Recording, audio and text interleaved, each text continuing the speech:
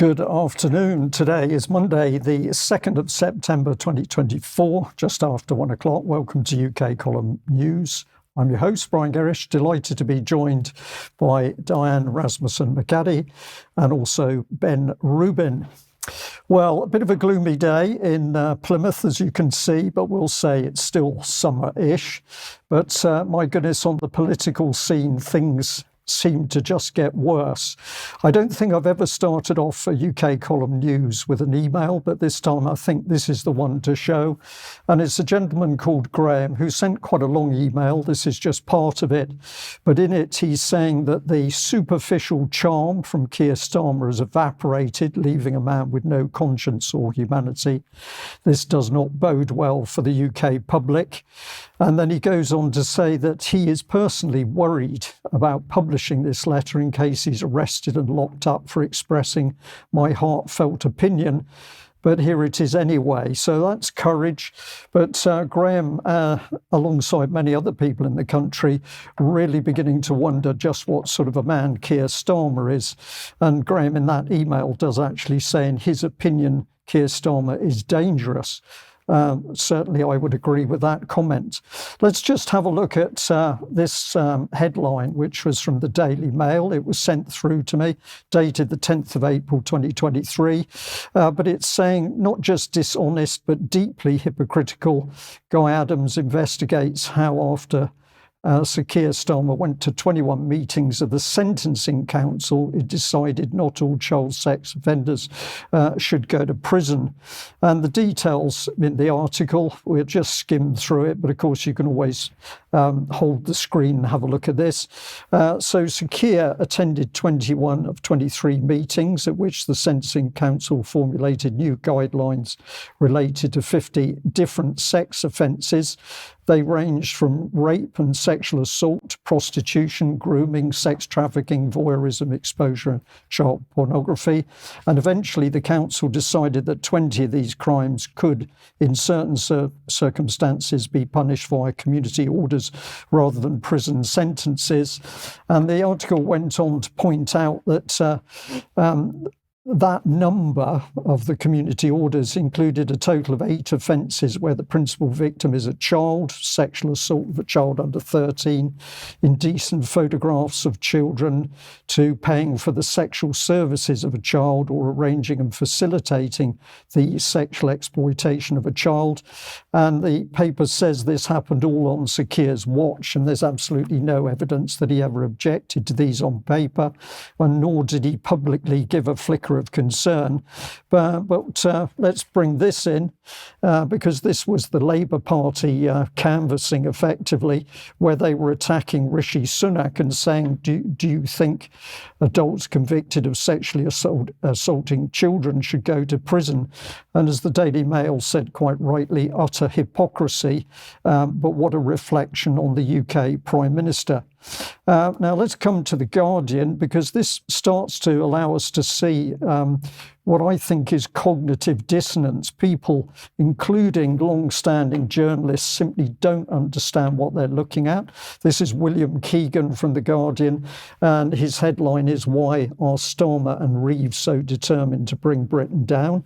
In the article, he starts off very soon talking about policing and concerns over the police not investigating crimes. But by the end of the article, he's talking about leaving the EU and the wonders of the European Investment Bank. So William Keegan seems to be very confused as to what's going on in the country. But surprisingly, if we go back, The Guardian was pointing out some time ago, 2016, in fact, concerns about what the government had set up with regard to intelligence units and effectively spying on the population, in this case UK Muslims. But the organisation was RICU, the Home Office's Research, Information and Communications Unit. And The Guardian straight away talking about shadowy propaganda. The unit originally inspired by a unit set up during the Cold War period, but here in 2016 was the government still using this type of shadowy organisation to spy on the British public. And of course, all of this spying infrastructure is not only still in existence in UK, it's growing. And if we follow through a little bit more on that article, here under delivering the propaganda, we get another area of concern, and that is much of the work is outsourced. So we could say bad enough to have the government spying on the public, but when it's outsourced, what is government and what is actually private sector, and what controls and checks and balances operate between the two? Well, some of our politicians did take the trouble to actually ask questions about the RICU unit. This was an answer given 7th of March 2023, and in it talked about the levels of staffing, 22 allocated staff. It talked about the spend, and if you have a look at the box in the bottom left-hand corner on screen, you can see it dropping from 19 million in 2018-19 down to 5 million in 22-23, but nevertheless, the organisation is still in operation. And of course, it claims you can't really talk about it because the unauthorised disclosure of classified information damages the ability of the government to keep the public safe. Now, this is an area that the UK column has been warning about for a great many years. Back in 2015, we were talking about David Cameron's unravelling Stasi state, and we put in a number of key pointers: behavioural change, the organisation common purpose. Of course, Francis Maude, Minister for Transparency at that time, but note also Oliver Letwin, and of course Theresa May. So this was a really comprehensive state spying system on the public, and it has then been taken forward through later governments. And this is a quote from Suella Braverman as Home Secretary at the time, saying it's of the utmost importance that we're not deterred from our efforts to fight terrorism and extremism. And what I want to stress is the way that organisations are joined together. So she goes on to say, for Prevent to be successful, it cannot be delivered by the Home Office alone. It requires a close-knit partnership of government departments, sectors, local authorities, policing, and community organisations, a partnership to spy on the public. This is absolutely a Stasi state, and I'm going to put that in a big red banner across that particular slide, because people need to wake up to the fact that we have a government which increasingly is hostile to the public. Let's move through this a little bit. This is some comment on Prevent. It came through the so-called independent review body for Prevent. But note what it says. It's talking about why we need Prevent, where we see threats to integration and the fabric of our communities from extremism. The Department for Levelling Up Housing and Communities will lead the work to tackle this. They'll use their experience and insight to inform training on wider extremist harms. So fighting extremism has now become a role of other government departments, and these are departments which are very close to communities. And if we have a look a bit more in the detail, we can see here it's talking about Channel. This is another part of the counter-terrorism system, and it says that Channel panels are chaired by local authorities and include health professionals, social workers, police and other professionals, all spying without any need to tell the target that they are actually being watched by all of these various departments. If it sounds like the Stasi in East Germany, this is worse because of the databases that go with it. And where does it lead us? To interesting organisation. Here's Protect UK, which is putting out current national threat levels. And they're saying at the moment the threat level from terrorism is substantial. This is all ramping up fear on the population. It goes on to say that Protect is Counter-terrorism Alliance, a groundbreaking joint partnership bringing together the knowledge of policing the private sector and the public sector to counter terrorism. I'm sure that Ben is listening into this because this is a large part of what he's been warning about. But if we look at what this organisation says it is doing, let's just highlight this one. Basically, it's saying that through guidance, advice and online learning, we want everyone to be equipped with the knowledge and confidence to help tackle threats of terrorism. Think about that. Everybody is to be trained to counter terrorism. And of course, where do we want to go? We want to go to children. And this is one of the many documents aimed at children, 13, 14 in this case, telling them what to do in a terrorist attack: run, hide and tell. But what caught my attention when having a look at this segment was that the insurance industry is also involved, when in fact the reinsurance industry, so we're at the level of Lloyd's. And what it's saying is that it's the expertise from the insurance industry which is going to provide financial protection against the risk of terrorism. For this organisation operating alongside the government's own counter-terrorist organisations, but if we come down to the meat of it, insurance is about making profit.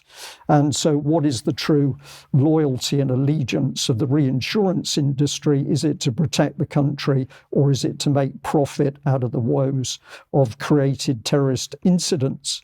So just having a little look at the people involved, this is actually the advisory board. It's not the main board of this organisation, but my eye caught Sir Oliver Letwin there, Trevor Maynard and Sir Stephen Lovegrove and General Sir Nick Carter at the bottom. But there was also a Professor Jarza Blabkowski, and I decided just to have a little listen into what she has to say on this subject. The report that's being launched today is called Between State and Market and looks at how protection gap entities address catastrophic risk, which is growing in the world. Thank you all for coming away from pubs, cold beer and football screens. I appreciate that it's a hard act to follow, but I and my colleagues here have done some interesting research. We've got a great panel, so let's hope we make it worth your while, this sacrifice. I want to commend Paula and her team for a very insightful and timely piece of work. Many of you will know Paula from her previous work on the global reinsurance industry. She and her team have since been collecting data on how governments and markets around the world can better work together to address the growing threat of catastrophic risk. We may be living in a dangerous place, but if we worried about it. So there we are. We're mixing reinsurance with terrorist threats. I get a very bad feeling about what's actually going on here, but maybe this is a good time to bring you in, Ben, because you've been warning about these partnerships between the private and the public sector. And here we've now got it mixing around in the murky field of the counter-terrorism operations. What do you think? I think that we're up against something evil, actually. That's what I think that we're up against. And as you say, we've been warning about this for quite some time. I've been warning about public-private partnerships. That's the dictionary definition of fascism as set out by Mussolini. But what we're also looking at is communism as well, and the current blend of fascism and communism, which is ultimately the public-private partnership. That's what it is. It's what it's doing. It's how it behaves. And you've talked about the Stasi, which was the East German secret police. And East Germany was communist. And one of the reasons that I do the work that I do, that I come and sit here on the column on a Monday and talk to you about the things that I talk about is because of my own personal experience of communist nations. And one that really sticks with me is a visit that I took back in 2002 to Cambodia, which is a beautiful, small little country in Southeast Asia, nestled between Thailand, Laos, and Vietnam. It is unbelievably beautiful, has an extraordinary heritage and culture, some incredible temples, and one of the most culturally rich and incredible places on earth. And actually, the people there are some of the most peaceful and welcoming human beings that I've ever come across. Yet in 1975, this peaceful nation was overrun by a regime focused on absolute barbarity. Let's hear from John Pilger. The new rulers of Cambodia call 1975 Year Zero, the dawn of an age in which there would be no families, no sentiment, no expressions of love or grief, no medicines, no hospitals, no schools, no books, no learning, no holidays, no music, no song, no post, no money, only work and death. Cambodia. Where is Cambodia, some of you might ask? Unlike Vietnam, its neighbor, Cambodia has been virtually sealed for 4 years, its suffering invisible. In a world of saturation news, there has been no news of what was really done to more than 7 million people, of whom at least 2 million are missing, believed murdered. That's about a third of the entire population. Proportionately, it's Birmingham, Manchester, and London exterminated. For me, coming here has been like stumbling into something I could never imagine. And what follows is the first complete film report by Westerners from the ashes of a gentle land. And I have to say there are scenes which may upset some of you. So that's a clip from a film called Cambodia, Year Zero, The Silent Death of Cambodia, by John Pilger, released in 1979.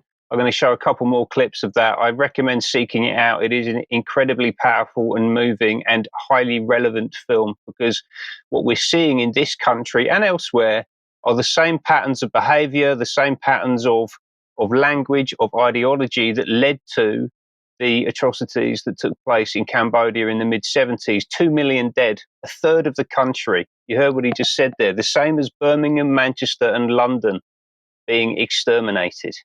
Yeah. How did this happen? Well, at least in part, it was due to these two gentlemen, to Nixon and Kissinger, and Cambodia's proximity to their other war in Vietnam. And in order to intimidate the Viet Cong and try to get them to negotiate a peaceful resolution to the war that the Americans were losing, they decided to brutalize Cambodia, to destabilize the regime there. They dropped 100,000 tons of bombs, the equivalent of 5 Hiroshimas, illegally and secretly.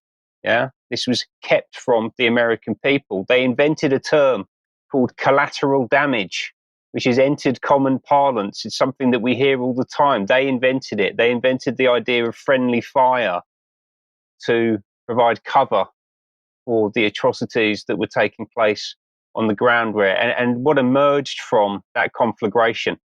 Let's find out. Out of the inferno of bombs came Pol Pot, a former Buddhist monk, and the Khmer Rouge, whose revolution had never enjoyed a popular base until Nixon's madman theory of war.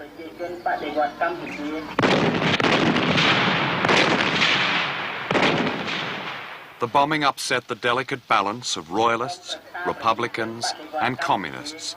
It triggered a war that caused at least 1 million dead and wounded, and tore apart the very fabric of Cambodia. So, they destroyed the country. They destroyed it economically. They created hyperinflation. They carried out acts of unspeakable cultural vandalism, including turning the National Library into a pigsty and destroying its entire contents. And most brutally, by turning the people against each other, the poor against the rich, and most notably, the young against the old. Let's see here the Khmer Rouge soldiers who were followers of Pol Pot. These are captured Khmer Rouge troops. All of them have taken part in mass murder.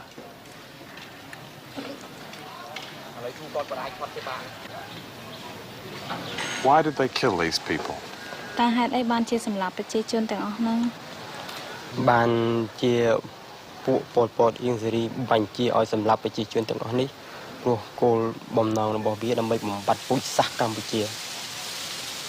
He said that the Pol Pot Ingsari commanded to kill all these people.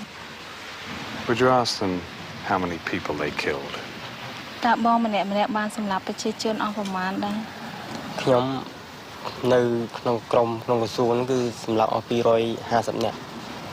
For this group, 250. He killed 250? Yeah. And the other man? In his group is 2,500. How many were there in a group?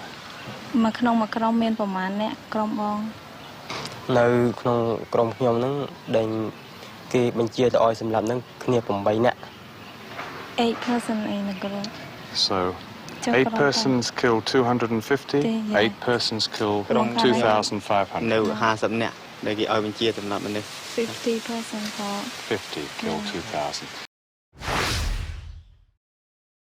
So those young men there, most of them teenagers, when this happened, killed between 30 and 300 people each, based on the testimony that we've just heard. Yeah, it led to scenes like this. These are the killing fields in Phnom Penh. It led to scenes like this. This is the S-21 torture chamber, also in Phnom Penh, the capital of Cambodia. I've been there myself. And why did they do it? Well, we've heard about the barbarity committed by the Americans, but also because of things like this, ideas such as social justice, which we hear all of the time in the West, coming out of the media, coming out of the academic system. And it's Marxist. It's fundamentally Marxist. There's a direct link here. Look at this quote from Marx. The tradition of all the dead generations weighs like a nightmare on the brain of the living. That is year zero. That's what he's saying. Where else are we hearing this? Kamala Harris. What can be unburdened by what has been? That is year zero. That's what she's describing. It's what those words amount to. Where else can we see it? A bit closer to home. The radical change agenda to rebuild the foundations of the country. As Mike very, very rightly pointed out last week, you can't rebuild the foundations without pulling down the entire house. Starmer has form. He is a communist. He went to work in a Czechoslovakian work camp under the communist regime in the 1980s. He is a Fabian, a member of the Fabian Society, the society who since 1884 have been pursuing a globalist communist revolution. He is also ruthless. He's very happy to tell us that. Anyone who's been watching his television appearances over the past few weeks won't have failed to notice this. He is cold, he is dismissive of others, and I believe that he has the potential within him to commit acts of atrocity against his own people. I believe that to be true. How are we seeing this manifest in society? Well, it's manifesting culturally. So we can see here that the Anglo-Saxon is being deleted from history by our own institutions. This from Nottingham. We've seen similar behaviour coming out of Cambridge recently and further afield. We can see the death of England being featured at our national theatre. And this is just one example of what's happening in culture, in television, in theatreland, that is counter to the national interest. We can see it on the streets of London when people like Ricky Thompson, a Labour councillor, calls for the throats of political dissidents to be cut. And we can see it with the introduction of new citizens into the country. You can see here, this is from TikTok, ladies of African extraction saying that we will never get our country back. You will never get your country back. They are holding British and Irish passports, and they are telling us unequivocally, I believe, that they don't want us. They're here to replace us. And that's all part of the agenda that the regime is putting forward. And it's the same agenda, essentially, that we saw play out in Cambodia under the Khmer Rouge. Ben, thank you very much. Really serious segment there, but it's one that needs to be talked about. And of course, what we've also got to realise is that every creed, every nationality that is present in UK today will be played against each other in order to push this agenda through. But Diane, let's bring you in because, well, you're seeing the end of civilization. Well, that's what the conference said, Brian, anyway. Just a couple of weeks ago, I was at a conference called the Academy, which is a yearly conference sponsored by an organization called Ideas Matter, which, for me, it was a great relief in a way to attend a non-woke, non-captured conference with an academic angle to it. So just as a reminder, I cover things a lot in real time on my Twitter. So if you don't follow me on Twitter and you'd like to do so, please do so at Diane UKC. That's Diane UKC. So that was me on the first day of the conference, obviously being very academic with my glass of wine, in the evening only, of course. So it was really an interesting conference for a lot of reasons. And the title of the conference has a yearly theme, because it's a yearly conference, as I said, so that this year was called Civilization Under Siege, with a question mark at the end of it. So we're asking the question, is civilization under siege? And if it is, do we save it? Do we move on? Do we create something entirely new and start over again? So that was kind of the purpose of the whole weekend. One thing that is interesting to note, and just to say, of course, I have a PhD studying photojournalism, so I take a lot of photos when I'm going to do my reporting. So these are photos I took in my hotel room. And I thought it was interesting that for a non-woke conference, there were messages of sustainability and recycling in green everywhere, all over the room. So these are just 3 photos that I took from sustainability, do not disturb, I'm being green. They actually brainwashed you to the point of saying, if you don't want your towels changed today, we'll plant a tree in your honor. Just let us know and we'll put another tree up for you. But no, thanks. I want my towels changed when I'm in a hotel. So just a couple of the speakers that I wanted to highlight. So here's one from, this is a tweet from Professor Dennis Hayes, who's a good colleague of mine. He's the chair of the Academics for Academic Freedom, and I know him well. He's working with me on my case personally right now. And he took this photo of Andrew Doyle. So I learned a lot about Andrew Doyle. I only knew him from GB News on Free Speech Nation, if any of you watch him. But he actually has a doctorate from Oxford, and he was a lecturer at Oxford. So his talk was about literature and the arts and the death of the arts in the current era.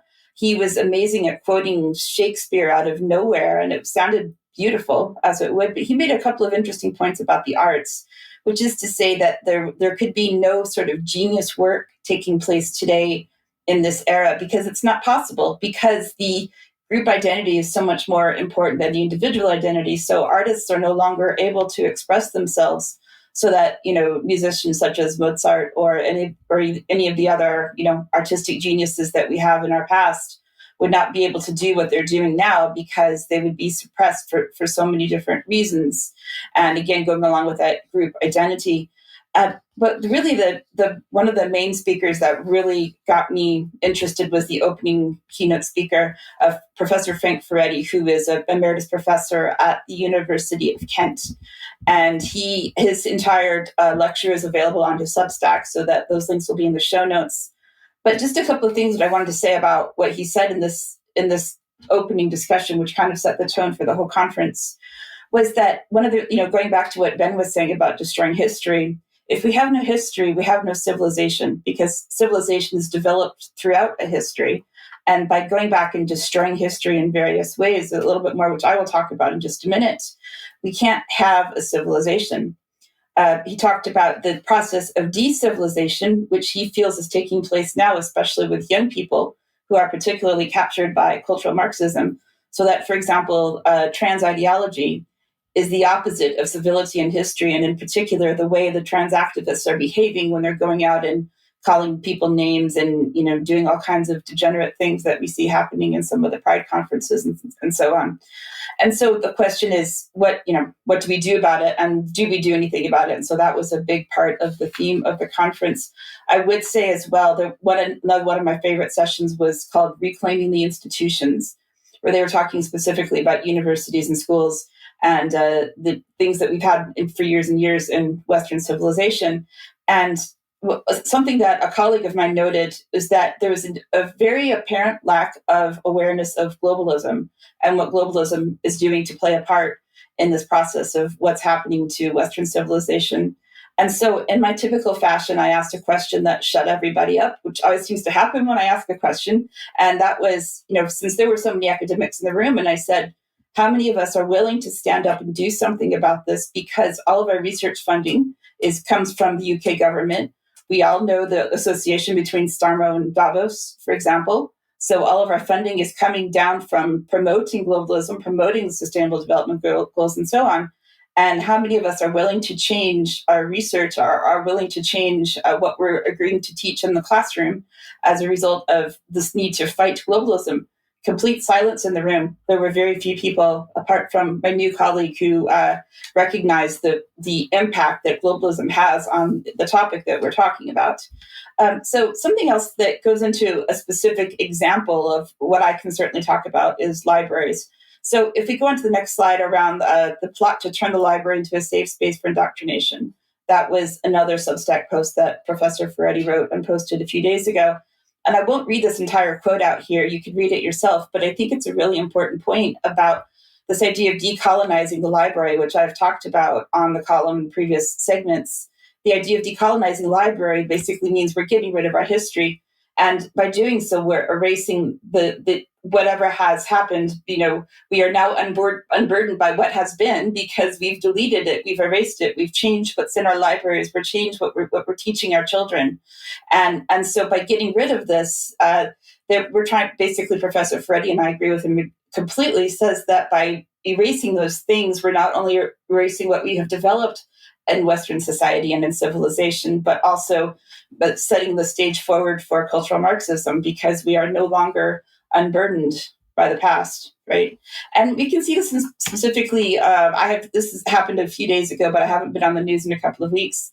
So just to catch you up a little bit, you might have seen this already, mainstream media, that SILIP Wales, which is the professional body that I was mobbed out of, which is the professional body for librarians in the UK, had received £130,000 to tell librarians in Wales how to deal with the, quote, dominant paradigm of whiteness. This is, of course, Wales we're talking about, which is interesting. But they said basically don't have any meetings in buildings that might have a racist past. So they might be named after someone who has some sort of racism in the background. So we're not supposed to use those buildings and contribute money to them.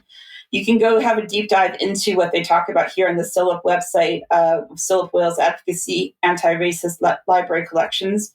And of course, as we know, anti-racism is racism. It's just a different name for it. And just a couple of specific examples that I've got to share with you here. I was just out in my local Waterstones over the weekend and happened to see these are all children's books that are featured as like part of the featured new books that are out.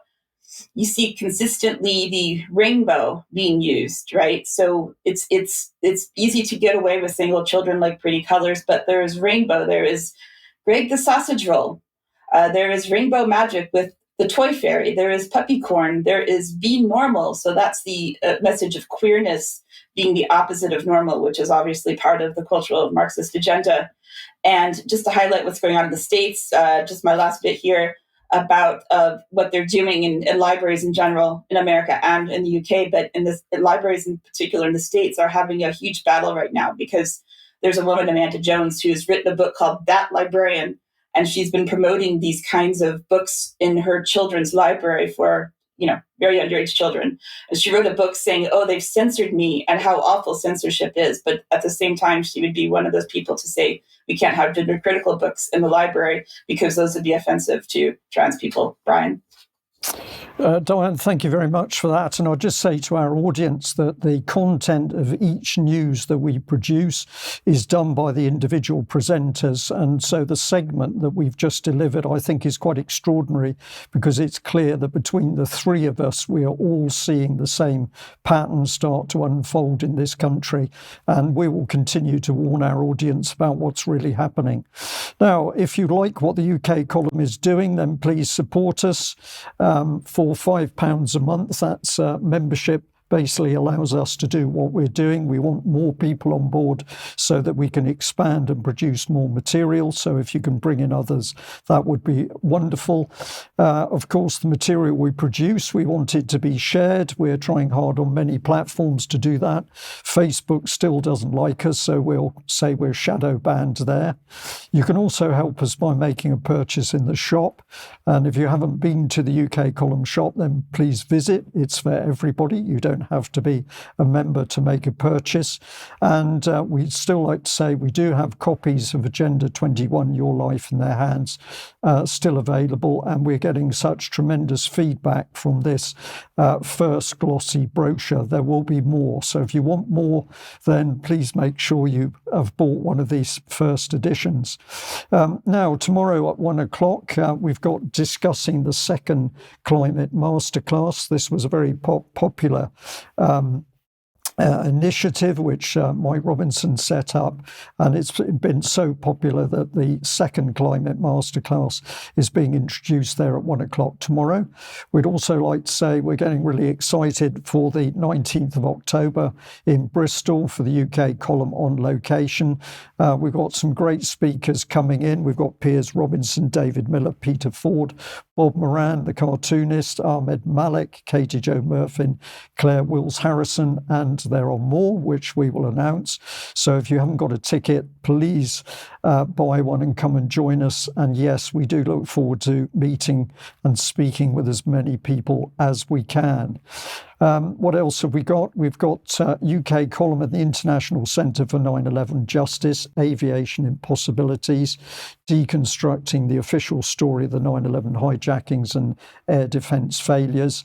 And that'll be going out Sunday, September the 8th, 6 to 10 p.m. BST. So watch out for that. And what does that take us to? Oh, yes, the Heritage Party are running a conference. They kindly invited Mike Robinson and myself to speak, which we're delighted to do. So that's Saturday, the 28th of September, and the venue is in Reading. It is a ticketed event, but you can go online and sort out the details for that for yourself. So, Diane, let's bring you back because you've got a little bit of an update, an important update on Fornethy. Yes, Brian. So the fight for justice for Fornethy survivors, as well as for any survivors of historic child abuse in Scotland, continues. So I've got a media update as well as, I guess you could say, a parliamentary update. There's been some press in the last couple of weeks as a result, I think, of if you remember, well, I'm sure you remember the gutsy woman, Natasha, who you interviewed, who went in and explored the Fornethy House itself. So as a result of that, we have seen some press kind of following that while you were away, Brian. And this article in particular is an interview with Lynn Sheeran, who's one of the Fornethy survivors, who's been at the front of the campaign the whole time. Who I have to say right now is not watching today because she is in New York having a nice holiday, which is great. But she did talk about the building itself and the significance that it holds for the women as a result, I think, of the publicity that we got from Natasha and from our interview with her, saying the place should be bulldozed. It stands as a shrine to the abuse that hundreds of girls suffered there. It makes me sick knowing it's still there despite the abuse and all the years that have gone by. And we've got, evidence on the UK column website that has been written previously about the fact that the sale of Fornethy House itself was illegal because it was not supposed to be sold to a private individual when the school closed down, which it was by Glasgow City Council. So that is an illegal situation there. There's a group called Fornethy Voices on TikTok. I personally am not a TikTok fan, but if anyone out there is using TikTok, take a look at their Fornethy Voices channel. what's interesting is they've taken videos of the UK column content. If you can see on the next slide, please. There's videos of the content itself where they've actually just taken a video of the previous coverage and put it onto their TikTok, which I thought was a really interesting workaround to get the UK column content out there by using their video on their TikToks.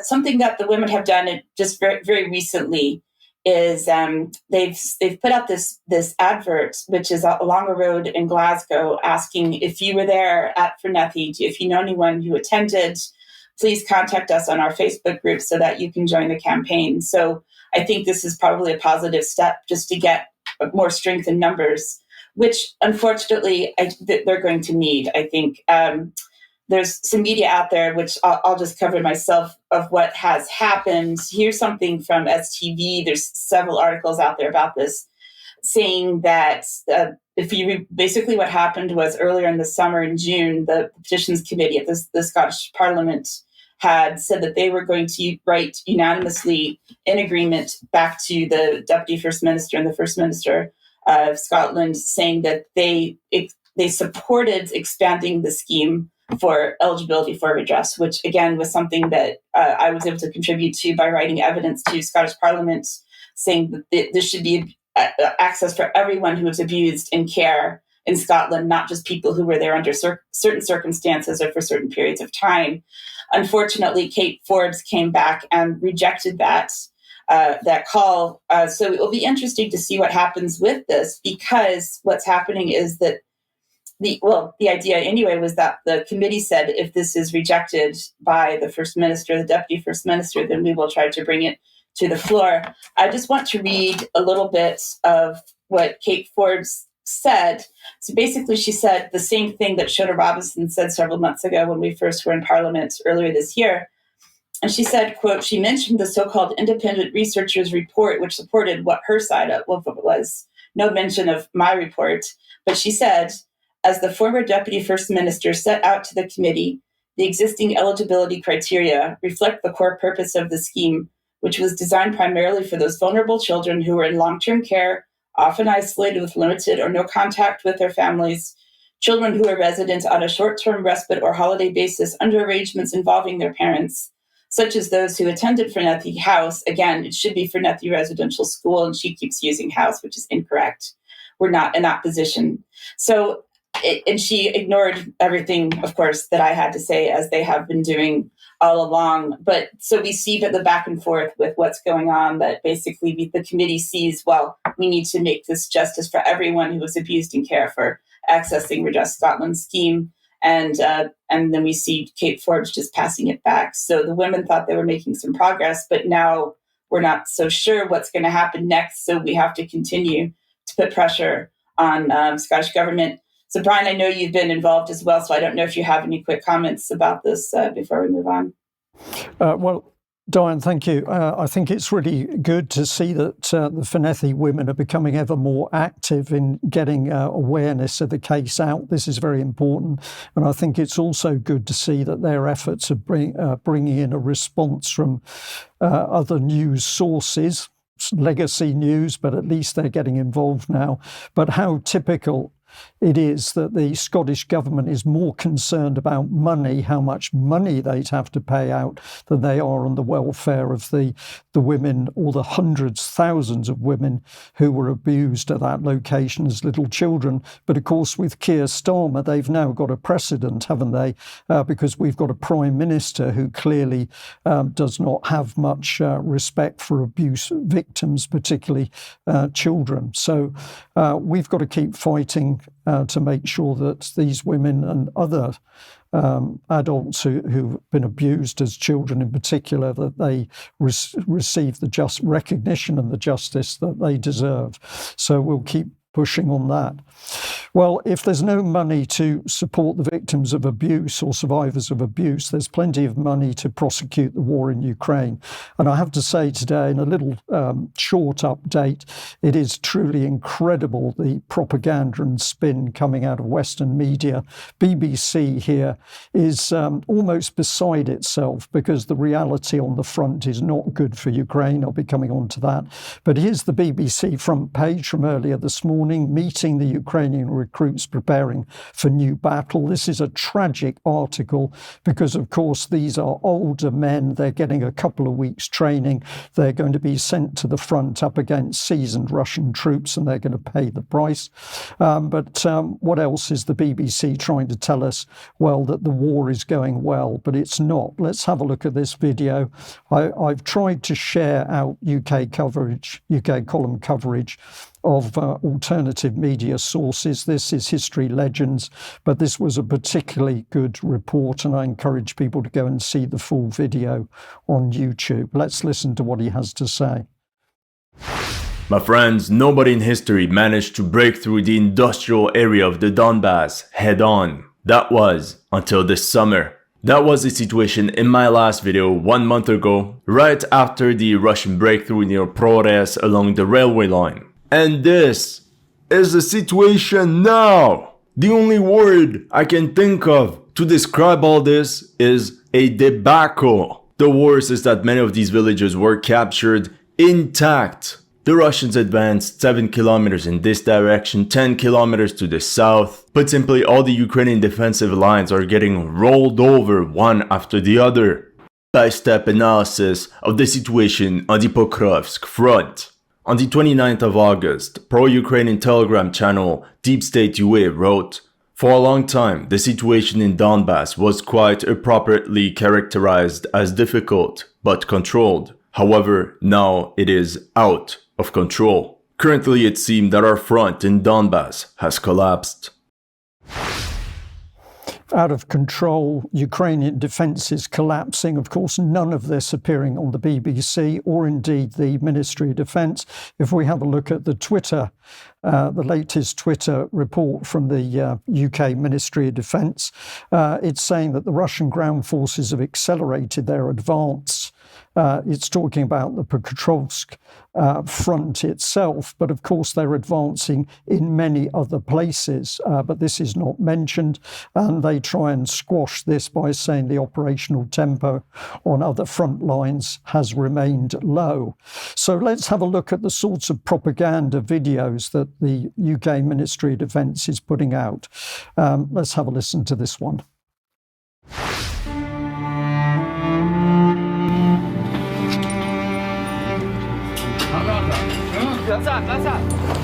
We believe in you. You are our hope. We are fighting to survive. Just we don't have any other choice. If we won't fight, we won't live like as a nation, as a country. We will disappear.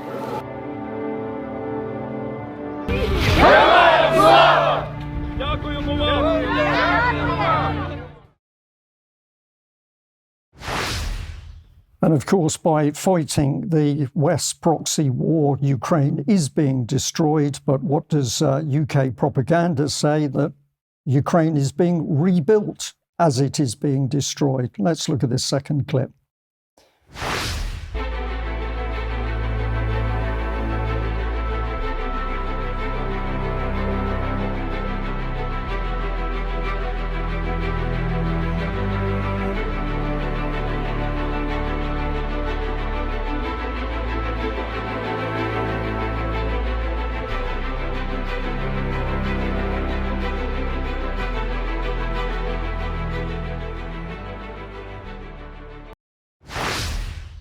So for those of you listening in, as Ukraine is destroyed, according to the British Ministry of Defence, no worries, it's being rebuilt, and they're giving the figures and the value of the rebuilding going on, the length of the roads. This is complete nonsense and madness. But what's more tragic is the fact that we're still training troops, minimum training, sending them back to die on the front line. So this is another little video from UK about our brave efforts training Ukrainians.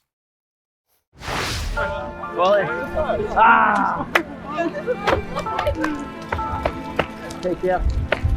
Down. You are really. You're a great man yourself. Yes. Okay. And I hope because you're more ancient.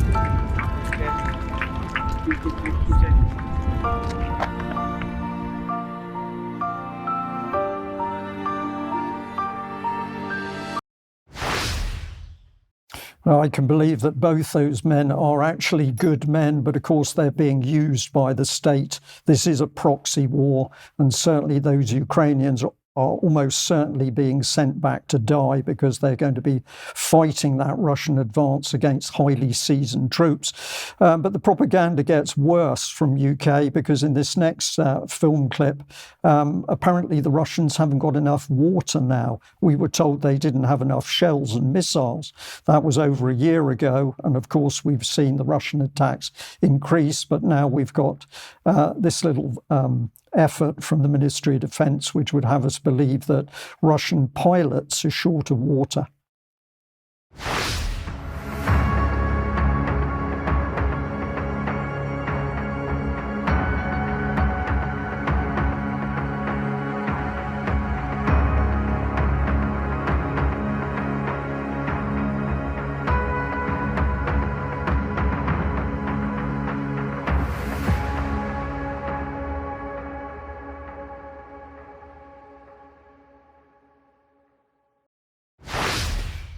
So this is just sheer nonsense, but the reality of how much we've sent to Ukraine, if we just pop this one on screen, this is an excellent article. We'll make sure the details are available so that you can actually visit the site and read from the Defence Journal.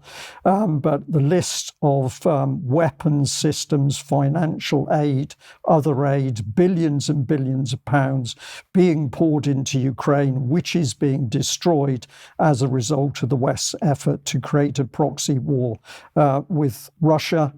And then we get this sort of nonsense that, of course, wonder weapons such as the Challenger and the Abrams tank were going to solve the problem for Ukraine. Of course, that hasn't happened. Then it was to be the F-16, but the first F-16 the Ukrainians have been flying has crashed, which has been an utter disaster.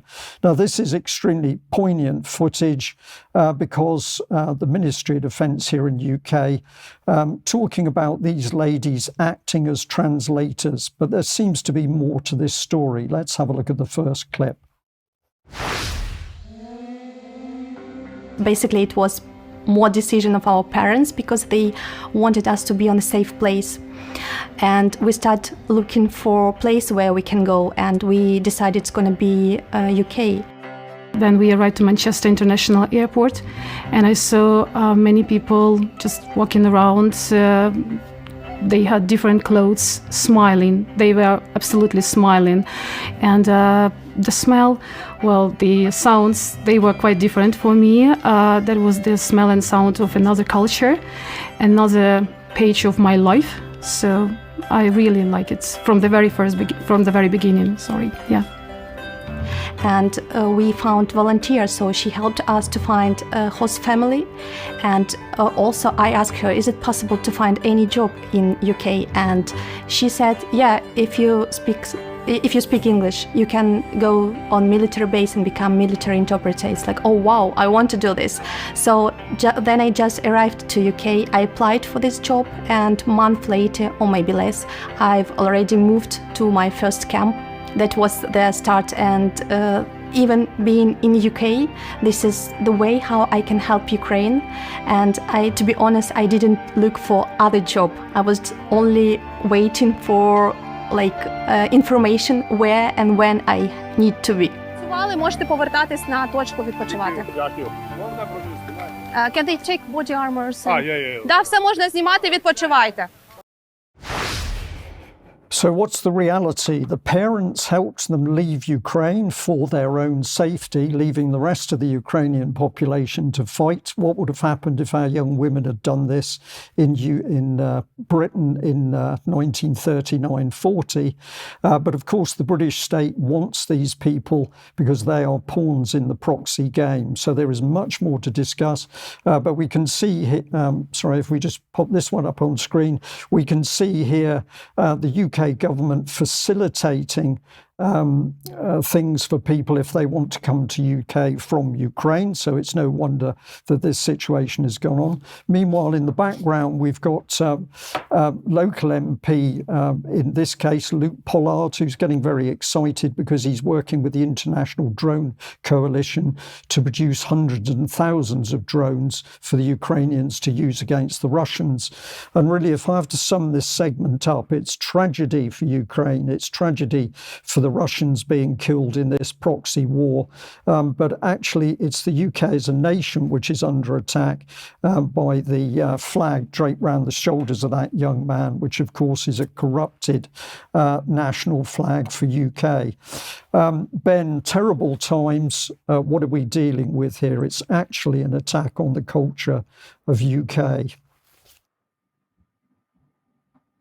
It's an all-out assault on British culture, and it's manifesting in a number of different ways. And I'm going to talk to you a bit about this idea of cultural Marxism and the way that, in this instance specifically, the music industry is being used to normalize radical totalitarian ideas about the future of our society. So this is Kite Festival coming up on October 5th and 6th.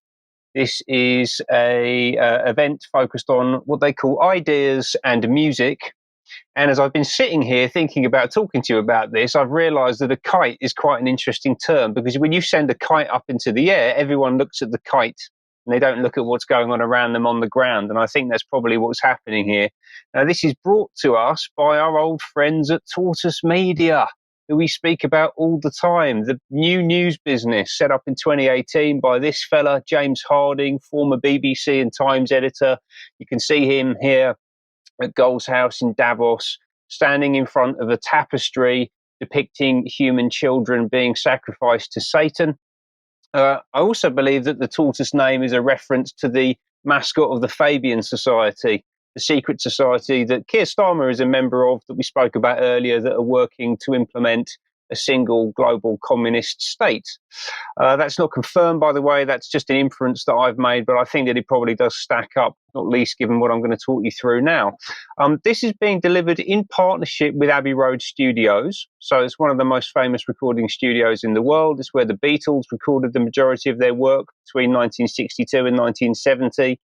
And there is a picture you can see here taken on the zebra crossing outside of Abbey Road for the Abbey Road album released in 1969. And Abbey Road is right at the heart of the British cultural establishment. It's often used by the BBC for live broadcasts and recordings, and it's now owned by Universal Music Group, whose chief executive, Lucian Grange, was awfully afflicted by the COVID back in 2020. He actually almost died, you know. Awful news. And actually it does have official sanction from the BBC as well. This new festival, which has just appeared, it's in its third year, has got coverage from the BBC. They've helped them to promote it. Obviously, James Harding is pulling the strings behind the scenes.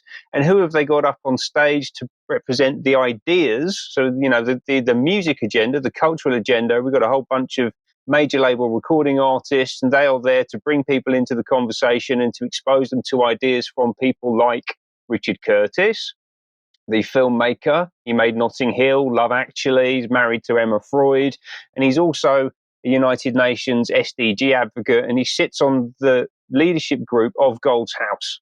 And so he's one of the main people globally pushing the Sustainable Development Goals. We've also got Charlie Booker. Some really big names, yeah. Charlie Booker, probably one of the most prominent journalists and screenwriters in the UK, has been for about 10, 15 years now. Guardian, BBC, Channel 4, and Netflix, where his Black Mirror series has been one of the breakout hits of the past decade, painting an extraordinarily dystopian view of the future of humanity, I should add. Who else have we got there? David Olusoga He is a professor at Manchester University, but he's also a trustee of Black Equity Organisation, who I've spoken about previously. They are there to promote equity for what they call black people. And they say that equity goes further than equality. And it requires, they don't say this, I'm saying it, it requires a totalitarian regime to implement. If you want equal outcomes, which is one of the goals of communism, then you have to do that. The only way to do that is through totalitarian governance. That's what he's promoting. That's what is on the agenda at the Kite Festival. Just a couple more for you. Dex Hunter-Torek. This is an astonishing gentleman who I have, there we go, it's moved now, thank you. Head of Global Communications and Marketing at DeepMind, the pioneer of artificial intelligence, which is owned by Google, very closely linked to Tony Blair. Tony Blair described Demis Hassabis, one of the founders of DeepMind, as our Demis. So this is very much in that stable. And from May 2020 until March 2023, Dex Hunter-Torek was the VP of Global Communications and Public Engagement at the Oversight Board of Facebook. So one of the top censors in the world, through COVID and through the subsequent period of time that we've all been living through. And then finally, Grace Blakely, who is a journalist, a media commentator. She works with Novara Media. She's been on the BBC, on Question Time, on Good Morning Britain, Piers Morgan, MTV News. She's a writer. She's written this book, Everything That You Know About Capitalism Is Wrong. And she's a diehard communist. She's going to be featuring at this event. That's pretty much, just pulled up 4 or 5 different examples of these types of individuals who are going to be speaking. And I might actually forward this on to Grace Blakely because she doesn't like capitalism, but someone really should tell her that Tortoise Media are backed by capitalism, right? It's paid for by global corporations. And also she needs to be aware, in fact, anyone there needs to be aware that the Tortoise Media are very closely linked to the Rothschild Foundation, who own Waddesdon House. This is an event that they did earlier on in the year. The Rothschild Foundation is also known as Yad Hanadiv, which is was involved in the formulation of Israel and paid for the design and build of the Israeli Supreme Court and the Knesset, which means that, I think that these buildings, the state they represent and the powers behind them appear to be directing Tortoise Media and by extension, almost certainly, the agenda and the speakers at Kite Festival coming up at Abbey Road in October. Ben, thank you very much for that. Lots of questions to be asked, and it's so important that people really pay attention to what's happening around them. There are a number of things linking together now. We could almost say the beast is emerging. But let's end on a positive note, and this was a wonderful little email sent in by Craig. He said, a dark evil has descended over the West. The genocide in Palestine continues, and he's talking about the Western governments clamping down on human rights defenders, and of course we've got censorship coming in. And what does he say should be happening? He's saying to people, be a light in the darkness, raise your voice, fight back. And that's absolutely right, and it requires all of us to do that to whatever extent we can, whether it's a lot or a little bit. It's beholden on all of us to fight what is happening around us. We will end there. I'm going to say, Diane and Ben, thank you very much for joining me.